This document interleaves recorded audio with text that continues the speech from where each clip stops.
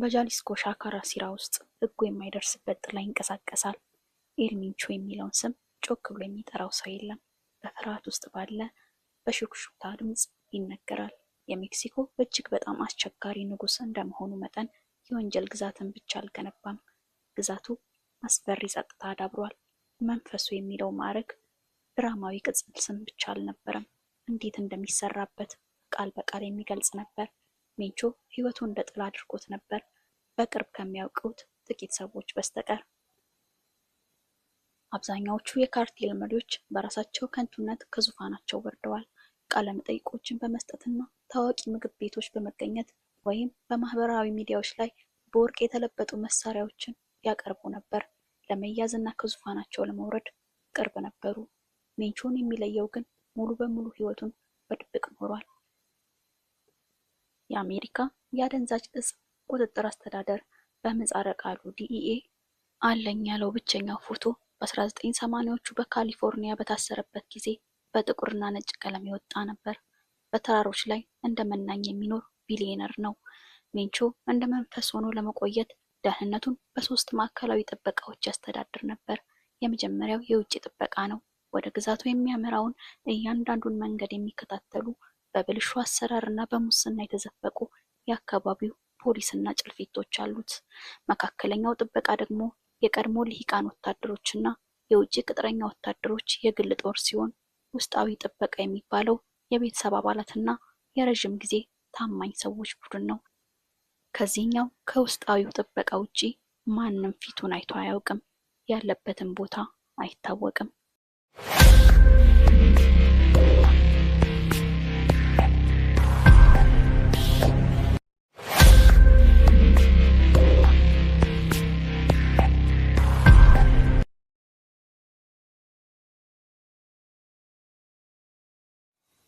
በ1996 በሚቾአካን አጉሌላ ገጠራማ አቧራ ውስጥ የተወለደው ሜንቾ በግብርናው አለመረጋጋትና ውድቀት ምክንያት በአቮካዶ እርሻዎች ውስጥ በድህነት ሹር መውጊያ የተወጠረ ሆኖ ነበር ያደገው።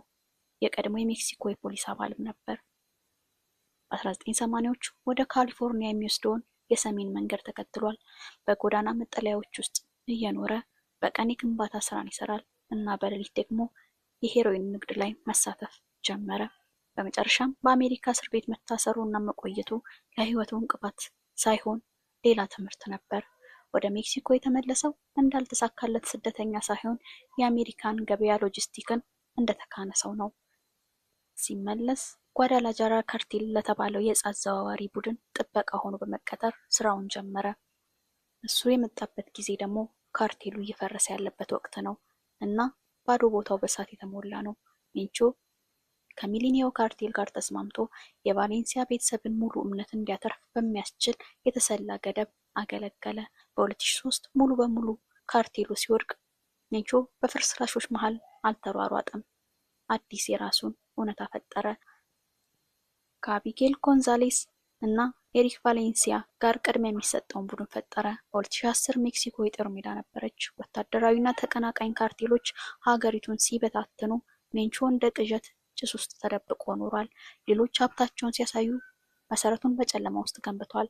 አስፈሪ ፕሮፓጋንዳን በመጠቀም እንደ ማታዜታስ ያሉ ገዳዮችን ጥበቃ አድርጎ በመሾም የስነ ልቦና ጦርነት በመፍጠር እንዲፈራ አድርጓል። እናም ደግሞ ይህም ሰርቷል። የለውጥ ነጥቡ የተከሰተው በ2011 ሲሆን በደርዘን የሚቆጠሩ አስክሬኖች በቬራክሩስ ሲጣሉ ነበር። ዓለም የሜንቾን የተደራሽነት ስፋት በመጨረሻ አየ። ነገር ግን ሰውየው አሁንም ሚስጥራዊ ነው።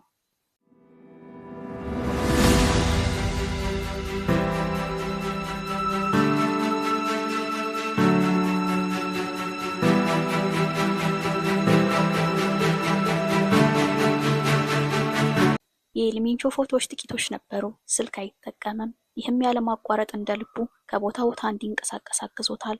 በቤተሰባዊነትና በፍርሃት የተጠናከሩ ጥብቅ ታማኝ ቡድኖቹ ላይ ይተማመናል። ሚስቱ ሮዛሊንዳ ጎንዛሌዝ ከቫሌንሲያ ጎሳ የመጣች ናት።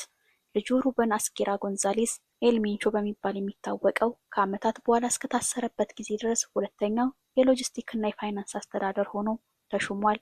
አመጽ፣ ጉቦና ሰርጎ ገብ ጥምረትን በመጠቀም የሜንቾ ግዛት በሜክሲኮ በፍጥነት ተስፋፋ። ጃሊስኮ ምሽግ ሆነች። ነገር ግን ብዙም ሳይቆይ በኮሊማ፣ ጓንጁዋቶ፣ ሚኩካን እና ቬራ ክሩዝ የአመፀኞች የዘራረግ ቡድን የሆነውና ለሜንቾ ሳይቀር ታማኝ ወታደሮችን የሚያሰለጥነው ሲጄኤንጂ ባነሮች በየቦታው መታየት ጀመሩ። ከሜታሜፍታሚን ወደ ፌንታኒል፣ ኮኬይን እና ሰው ሰራሽ ኦፒዮይድ ከኤዥያ እስከ አሜሪካ ድረስ የሚዘልቁ ዓለም አቀፍ ማስተላለፊያ መስመሮችን አቋቁሟል። በማስፈራራት እና በጉልበታቸው ላይ ብቻ ከሚተማመኑት የድሮ ካርቴሎች በተለየ ሜንቾ ሲጄኤንጂ ቅርንጫፍን በመሰረተ ልማት፣ በተራራ ሰንሰለቶች ውስጥ በተደበቁ ላቦራቶሪዎች፣ የድሮን ክትትል፣ የተመሰጠሩ የመገናኛ ስርዓቶችና ቁጥራቸው በርከት ያሉ የታጠቁ ፒክአፖችን ይጠቀማል። እነዚህ የታጠቁ የጭነት መኪናዎች ወደ ከተማ ሲገቡ በደቂቃዎች ውስጥ የአካባቢውን ፖሊስ ሊቀድሙና አምልጠው አካባቢውን የመቆጣጠር አቅም አላቸው። አንዳንዴ ትላልቅ መኪኖችን በማንቀሳቀስ ሜንቾ በአካባቢው እየተንቀሳቀሰ መሆኑን ያመለክታሉ። ያው መንፈሱ እንዳለ ለማስታወስ ያክል በማህበራዊ ሚዲያ ላይ የመኪኖቹን ፎቶዎች በመለጠፍ ለሲጄኤንጂ ተቀናቃኝ ካርቴሎች ከእናንተ የበለጡ ሰዎች፣ ብዙ የጦር ትጥቆች እና ብዙ ጠመንጃዎች አሉን የሚል መልእክት ያስተላልፋሉ።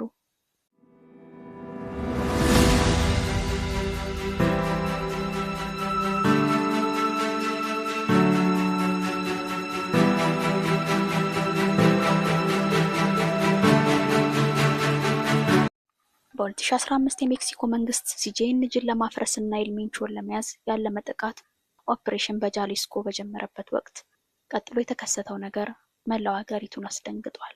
ግንቦት 1 ቀን በቪላ ፑሪፊካሲዮን አቅራቢያ በካርቴል ታጣቂዎች አንድ ወታደራዊ ሄሊኮፕተር በጥይት ተመቶ 8 ወታደሮችና አንድ የፖሊስ አዛዥ ገድሏል።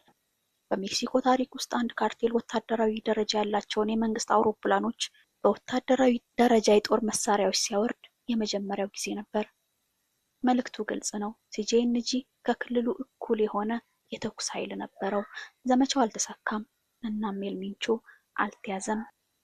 ከዚያ ቀን በኋላ የማይዳሰስ የማይታይ ሆነ። ከሜክሲኮ እና ከዩናይትድ ስቴትስ ብዙ ሚሊዮን ዶላር የሚያወጣ በረከት ቢኖርም ደጋግሞ ከመያዝ አመልጧል። ሪፖርቶች አንዳንድ ጊዜ በታጠቁ ተሽከርካሪዎች፣ አንዳንድ ጊዜ በፈረስ ላይ በከፍተኛ ደረጃ በሰለጠኑ ቡድኖች ተጠብቆ በጃሊስኮ ተራሮች ውስጥ ሲንቀሳቀስ ታይቷል ይላሉ። መረጃዎች እንደሚያሳዩት ገንዘብንና ጥበቃን ለማግኘት ለደህንነቱ የተጠበቁ መንቀሳቀሻ ናቸው ብሎ በሚያምናቸው የገጠር አካባቢዎች ይንቀሳቀስ ነበር። ይህ እንዲህ እንዳለ የሲጄኤንጂ መስፋፋት ቀጥሏል።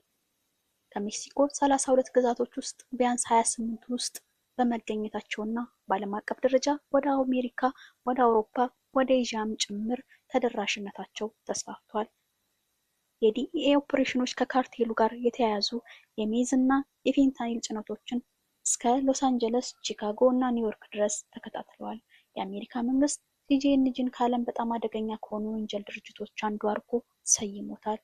ይህም ከሂዝቦላህ ወይም ከአይሲስ ጋር ያለውን ግንኙነት በአሰራር መዋቅርና ሚስጥራዊነት በማወዳደር ነው። አሁንም በዚህ ሁሉ ነገር ውስጥ ኤልሜንቾን ማንም አይቶት አያውቅም።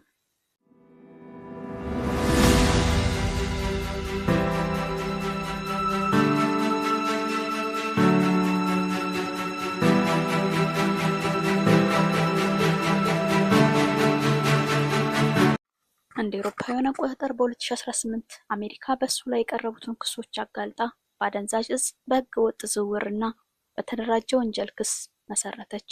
ያለበትን ለሚጠቁም ሰው ቃል የተገባው ሽልማት $15 ሚሊዮን ነበር። ይህም በዓለም ላይ በጣም ከሚፈለጉ ወንዶች አንዱ እንዲሆን አድርጎታል። በዚያው ዓመት ሚስቱ በዛፖፖን ተይዛ ገንዘብ በማዘዋወር ተከሳለች። ባለስልጣናት እሱን መያዣ አድርገው ሊጠቀሙባት አስበው ነበር። ነገር ግን ብዙም ሳይቆይ ከስር ተለቃለች። ይህም የሙስናና የፖለቲካ ጣልቃ ገብነት ክሶችን አስነስቷል። ፖሊስ ቤተሰቡን ሊነካ ይችላል፣ አሁንም ግን እሱ ጋር መድረስ አይችልም። የሲጄኤንጂን ስም ከሜክሲኮ እየጨመረ የመጣው የፖለቲካ አለመረጋጋት ጋር ደጋግሞ ይነሳል። እያንዳንዱ አስተዳደር ፍትህ እንደሚያሰፍንና እንደሚይዘው ቃል ይገባል። አንዱም ግን አልተሳካለትም። የሜንቾ አውታረ መረብ ከፖሊስ ኃይሎችና ከአካባቢው ኢኮኖሚክ አውታሮች አልፎ እስከ ከንቲባ ቢሮ ሰርጎ ገብቷል። እንደ ፔፓል ካቴፒክ እና አጉዊላላ ባሉ ከተሞች ውስጥ ታጣቂዎቹ ተቀናቃኝ ቡድኖችና ከመከላከያ ሚሊሻዎች ጋር ተጋጩ። የኤልሜንቾ ታጣቂዎችን የያዙ መኪናዎች ሲንከባለሉ ታይቷል። 50 ካሊበር ጠመንጃዎችና በቤት ውስጥ የተሰሩ ታንኮችም ተማርከው ነበር። በ2019 የሜንቾ ጤና እያሽቆለቀለ መምጣቱን የሚገልጹ ዘገባዎች ወጡ። ወሬዎች የኩላሊት በሽታው እየጠነከረ በመምጣቱ በገጠር ውስጥ በሚገኙ ሕክምና ተቋማት አቅራቢያ እንዲጠለል ተገዷል ይላሉ። ባለስልጣናት አደናቸውን አጠናክረው በመቀጠል ድሮኖችን፣ የስለላ ቡድኖችና ከፍተኛ ወታደራዊ ክፍሎችን አሰማሩ። መላው ከተሞች ተወረሩ። ነገር ግን በእያንዳንዱ ጊዜ ሜንቾ አስቀድሞ ማስጠንቀቂያ የሚሰጠው ሰው አዘጋጅቶ ስለነበር ሊያዝ አልቻለም። ወታደሮችና ክትትል ባለበት ሀገር ውስጥ የመጥፋት ችሎታው የሜክሲኮንና የአሜሪካን የስለላ ድርጅት ግራ አጋብቷል። ሌሎች ደግሞ ያለማቋረጥ ይንቀሳቀስ እንደነበርና በታማኝ ሰዎች በሚጠበቁ ጊዜያዊ ካምፖች ውስጥ እንደሚኖር ተናግረዋል። በእያንዳንዱ ያልተሳካለት ዘመቻ ሜንቾ አፈ ታሪክ ነው። በተመሳሳይ ጊዜ የሲጄኤንጂ ጥቃት ተባብሷል። የጅምላ መቃብሮችና አውራ ጎዳናዎች ላይ የተተዉ ጭካኔ የተሞላባቸው መልእክቶች የዕለት ተዕለት የዜና ዘገባ አካል ሆነዋል። በጣም አስደንጋጭ የሆኑ ጥቃቶች አንዱ በ2020 ታጣቂዎች የሜክሲኮ ሲቲ ፖሊስ አዛዥ ላይ በጠራራ ፀሐይ የሰነዘሩት ነበር። ከ400 በላይ ጥይቶች ተተኩሰው ጠባቂዎችን ገድለው አዛዡን አቁስለዋል። ይህም ኃይላቸው እስከ ዋና ከተማዋ እምብርት ድረስ እንደተስፋፋ ማሳያ ነው። ይህ የወንጀል ቡድን ብቻ አልነበረም፣ ጦር ነበር እንጂ። እና ኤልሜንቾ የማይታየው ስውሩ የጦር ጀነራል ነው።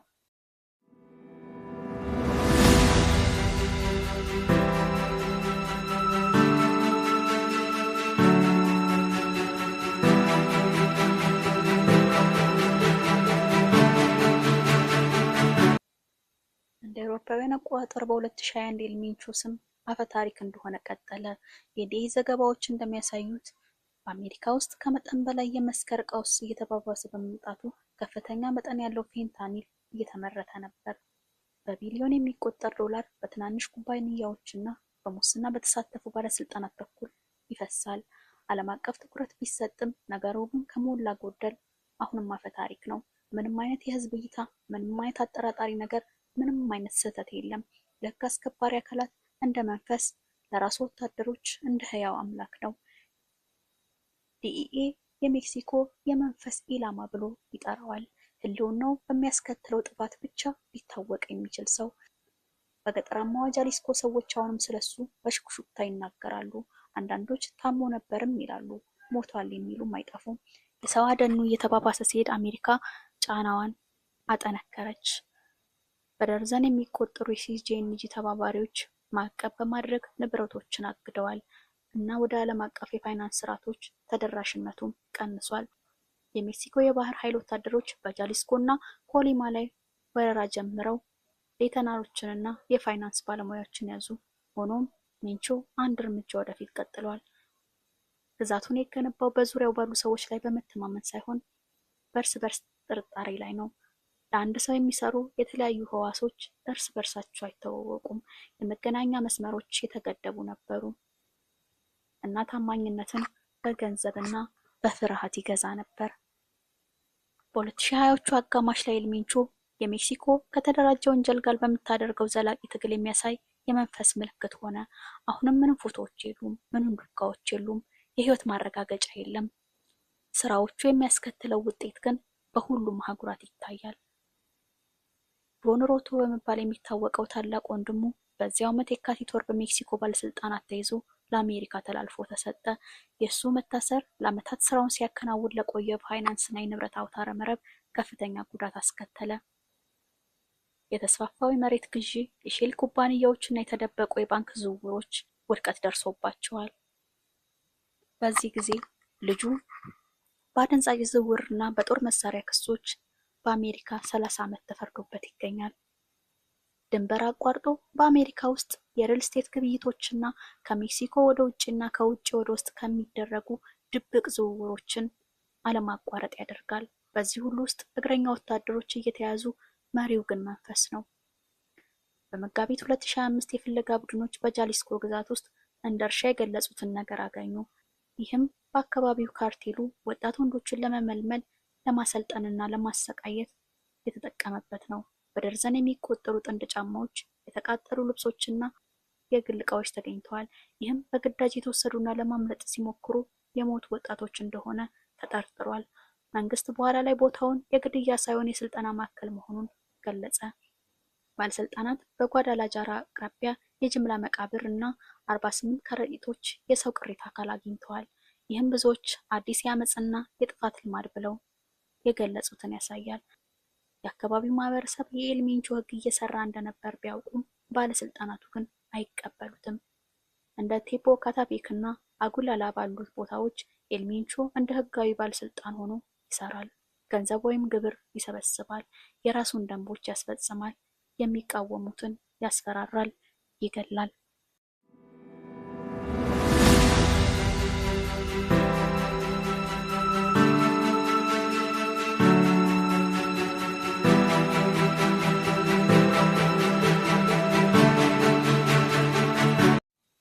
የሜክሲኮ የፌዴራል እና የክልል ኃይሎች ዘመቻ ጀምረዋል።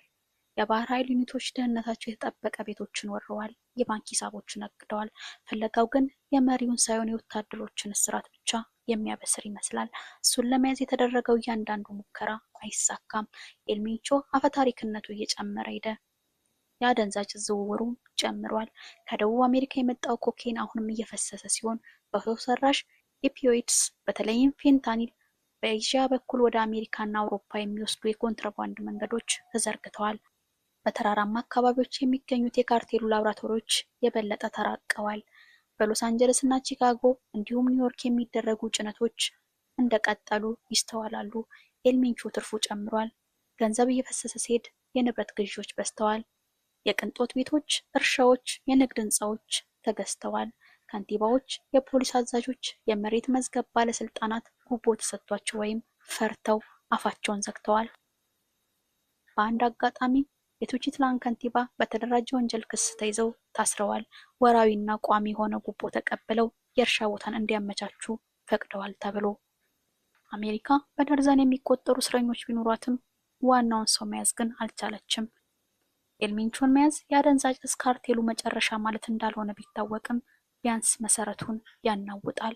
እሱን ለመያዝ የሚደረገው አደን ተጽዕኖ አስከፋይ ሆነ። የሰዎች ግድያ ጨምሯል። የኤልሚንቾ ካርቴል የፕሮፓጋንዳ ማሽን ተለወጠ። ማህበራዊ ሚዲያዎች ቪዲዮዎች ብቅ አሉ።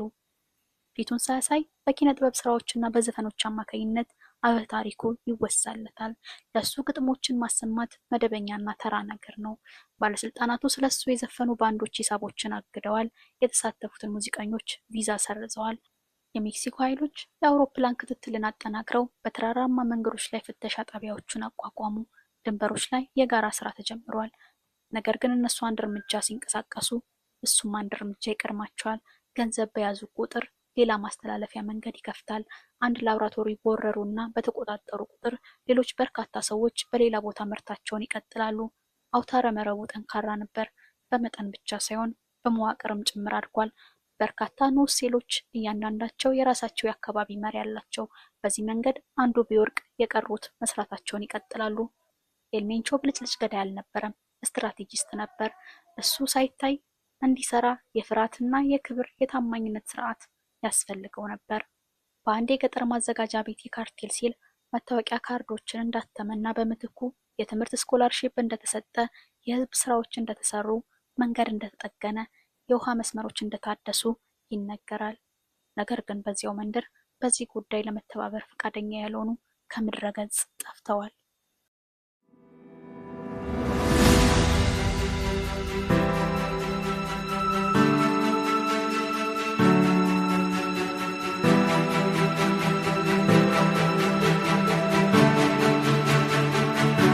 አሁን ባለፈው እሁድ በእኛ በኢትዮጵያውያን አቆጣጠር የካቲት 15 2018 እንደ ቢቢሲ፣ ሲኤንኤን ያሉ የዓለም ሚዲያዎች በጣም የሚፈለገውና የተፈራው የጃሊስኮ አዲስ ትውልድ የአደንዛዥ ዕፅ ቡድን መሪን ለመያዝ በተደረገ የደህንነት ዘመቻ ተገድሏል ሲሉ የመከላከያ ሚኒስተሩ ተናግረዋል የሚል ዜናን አሰራጩ። ኤልሚንቾ በመባል የሚታወቀው ዲማሲዮ ኦስኪራ ሴርቫንቴስ እሁድ ዕለት በደጋፊዎቹና በጦር ኃይሉ መካከል በተፈጠረ ግጭት ከባድ ጉዳት እንደደረሰበት በኋላ ወደ ዋና ከተማዋ ሜክሲኮ ሲወሰድ እንደሞተ ተናገሩ። 4 የሲጂኤንጂ አባላት በማዕከላዊ ምዕራብ ጃሊስኮ ግዛት ታፖልፓ ከተማ ተገድለዋል። 3 የጦር ሰራዊት አባላትም ቆስለዋል። አሜሪካም ለሜክሲኮ ኦፕሬሽኑን የሚረዳ መረጃ ሰጥታለች። ሲጂኤንጂ መኪኖችን በማቃጠል የመንገድ መዝጊያዎችን በመገንባትና በ8 ግዛቶች ውስጥ የጸጥታ ኃይሎችን በማጥቃት የበቀል እርምጃን እየወሰዱ ነው። የአሜሪካ የውጭ ጉዳይ ሚኒስትር በጃሊስኮ፣ ታማውሊፓስ እንዲሁም በሚቹካን፣ ጎሬሮ እና ኑዌቮ ሊዮን ውስጥ ለሚገኙ የአሜሪካ ዜጎች የመጠለያ ቦታ እንዲገቡ ማስጠንቀቂያ ሰጥተዋል። ለኦፕሬሽኑ ከሜክሲኮ አየር ኃይልና ከብሔራዊ ጥበቃ የተውጣጡ አውሮፕላኖችም ተሰማርተዋል።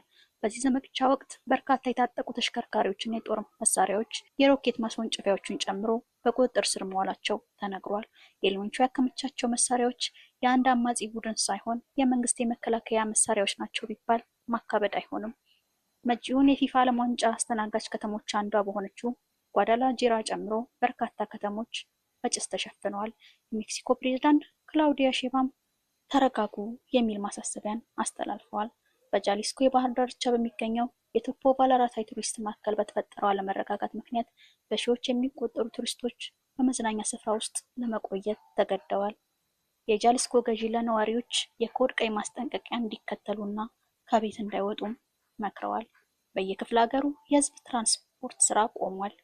እሁድ ዕለት በጃሊስኮ እና በሌሎች ቦታዎች በጎዳናዎች ላይ የታጠቁ ሰዎች እንደነበሩ ሪፖርት ተደርጓል። የአሜሪካ እንዲሁም የካናዳ አየር መንገድ ወደ ፖርቶ ቫላራታ እና ጓዳላጃራ የሚደረጉ በረራዎችን ሰርዘዋል። የቀድሞ የሜክሲኮ አሜሪካ አምባሳደር እና የውጭ ጉዳይ ሚኒስትር ክሪስቶፈር ላንዳው ኤልሜንቾ ደም አፋሳሽ እና ጨካኝ ከሆኑ እጽ አዘዋዋሪዎች አንዱ ሲሉ ገልጸውታል። የኤልሜንቾ ሞት ለሜክሲኮ፣ ለአሜሪካ፣ ለላቲን አሜሪካ እና ለዓለም ትልቅ ስኬት እንደሆነም አክለዋል። ሁሌም ሜክሲኮ እጽ አዘዋዋሪዎቿ ሲሞቱ ሲጂኤንጂ በፍጥነት እንደሚተካ ካለፈው ታሪክ የተማረው አይመስሉም። የአሜሪካ የአደንዛዥ ዕፅ ቁጥጥር አስተዳደር ዲኢኤ በዕፅ ዝውውር ታሪክ ውስጥ ከተወሰዱት እጅግ ጉልህ እርምጃዎች አንዱ በማለት ኦፕሬሽኑን ገልጾታል። የኤልሜንቾ ግድያ የሜክሲኮ ፕሬዝዳንት ከሀገሪቱ የዕፅ ካርቴሎች ጋር ካደረጉት ውጊያ ድልን ይወክላል። የጸጥታ ኃይሎቹ ሁኔታውን በፍጥነት መቆጣጠር ካልቻሉ በሲጂኤንጂ ካርቴሎች ኃይለኛ ምላሽ ሜክሲኮ ብዙ ውድመቶችን ልትቀበል ትችላለች። አሁን ላይ የጃሊስኮ ካርቴል በጸጥታ ኃይሎችና ባለስልጣናት ላይ በተሰነዘሩ ተከታታይ ጥቃቶች ዝናን አትርፏል። የ59 ዓመቱ የቀድሞ የፖሊስ መኮንን ኤልሜንቾ ከፍተኛ መጠን ያለው ኮኬን፣ ሜታሜፍታሚን እና ፌንታኒል ወደ አሜሪካ በማዘዋወር ትላልቅ የወንጀል ድርጅት ያስተዳድር ነበር። ኤልሜንቾ የጦር ሄሊኮፕተርን በሮኬትና በቦምብ ጥሏል። በርካታ የመንግስት ባለስልጣናትን ገድሏል እና ተቀናቃኞቹን ለማስፈራራት የገደላቸውን ሰዎች አስክሬን በድልድዮች ላይ በማንጠልጠልም ይታወቃል። የዛሬውን አበቃው። ሰላም ቆዩ።